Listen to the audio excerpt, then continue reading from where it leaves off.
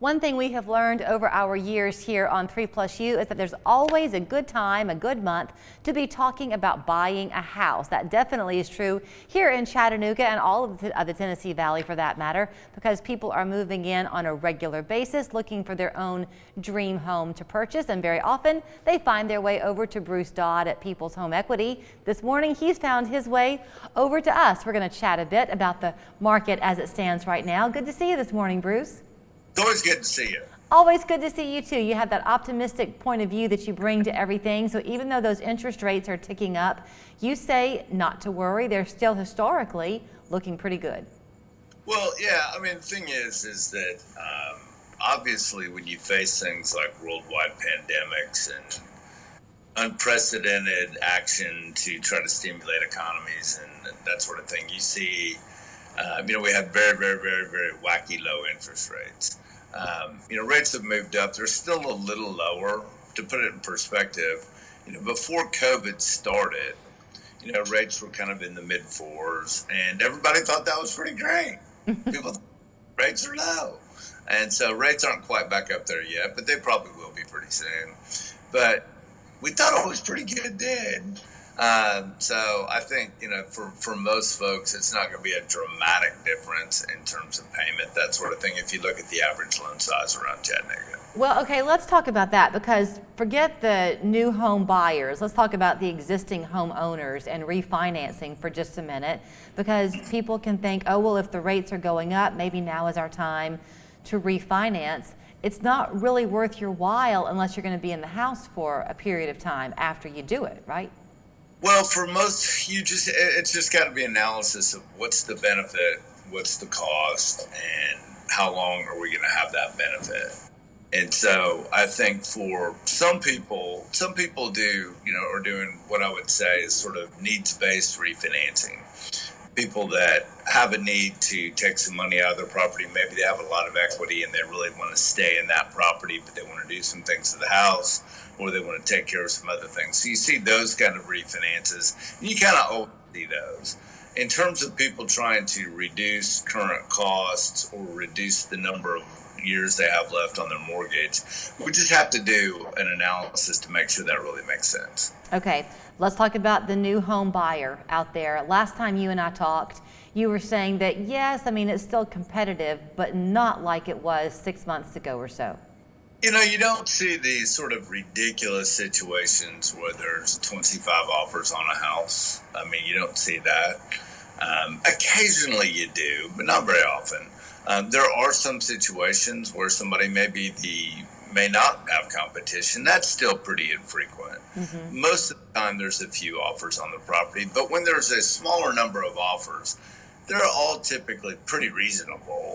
It's not the situation where people are just trying to buy a house at any cost. So no, I think things are more rational now. If you are in a bidding war, so to speak, you can only go so far, right, Bruce? You have to stay within the appraisal value. Yeah, it depends. It depends. And the other thing is you only want to go so far. Now, sometimes properties are listed at a lower price than makes sense. And so then when those prices get bid way up, sometimes the strategy is, hey, we're gonna list it at a little lower price so we get lots of action and we'll let the market bid it up. But you want to be very clear in working with your realtor on what you think a reasonable price is for the house. Mm-hmm. Make sure that's where you're sticking to it. It's a bad thing when you let emotions run wild on something that's as expensive as a house. True. Now, okay, the appraiser, we don't talk about appraisers very much, but they have a lot of power because you can have gotten all your paperwork filled out, things are progressing, seller and buyer have a agreed upon sell price. You've got everything good to go, but if that appraisal doesn't come in to recognize it, are you back to square one? Well, you could be, but when you say appraisers have a lot of power, that process does. However, the appraiser is pulling comparable sales that are close by the property that you're buying. And so really the data has a lot of power. And so if it's a situation where the data supports the value, i.e., recent sales that are similar in terms of size. You typically look at things that are very similar square footage and similar appeal. It's the data that really drives the process, and very often you could ask your realtor that you're working with, hey, what are some comparable sales saying? What are things that have sold recently that are within a reasonable distance of this property? And that's going to be the best predictor of what that appraisal is going to be. Okay, 2 minutes left. That comes back to you then as a local mortgage business here in town, because part of the skill is that you know the area. That's right. And we're using, so typically if you're using internet companies or national companies, they're using national appraisal services. And often the best of the best appraisers in a local area, they have more than they can do. And so they're often not working for those sources. And typically folks like us, that are long-term local lenders, we have long-term relationships with appraisers who are very, very, very familiar with the area. It's all they do. So typically you're going to have a better result from an appropriate valuation from somebody that's local. Okay, some math for you as we close things out this morning, about a minute left. If somebody goes this weekend, they find a house, they get the offer down, all is kind of progressing. What's the start to finish closing time? Still about 3 weeks? Yeah, it depends.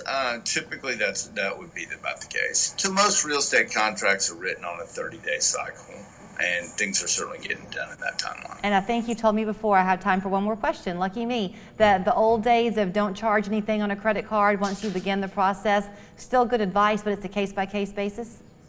Status quo. Status quo is the best thing. So you don't, when you start a process and these are the facts and this is the approval I've received, if you change those inputs, you can change your approval.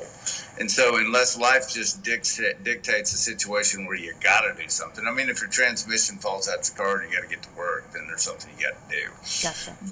But it's just best as soon as those things are occurring that you're talking to your lender. And if it's a choice, then just do them on down the road.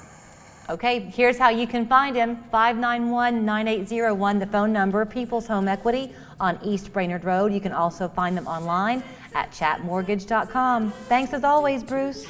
Thank you. Take care.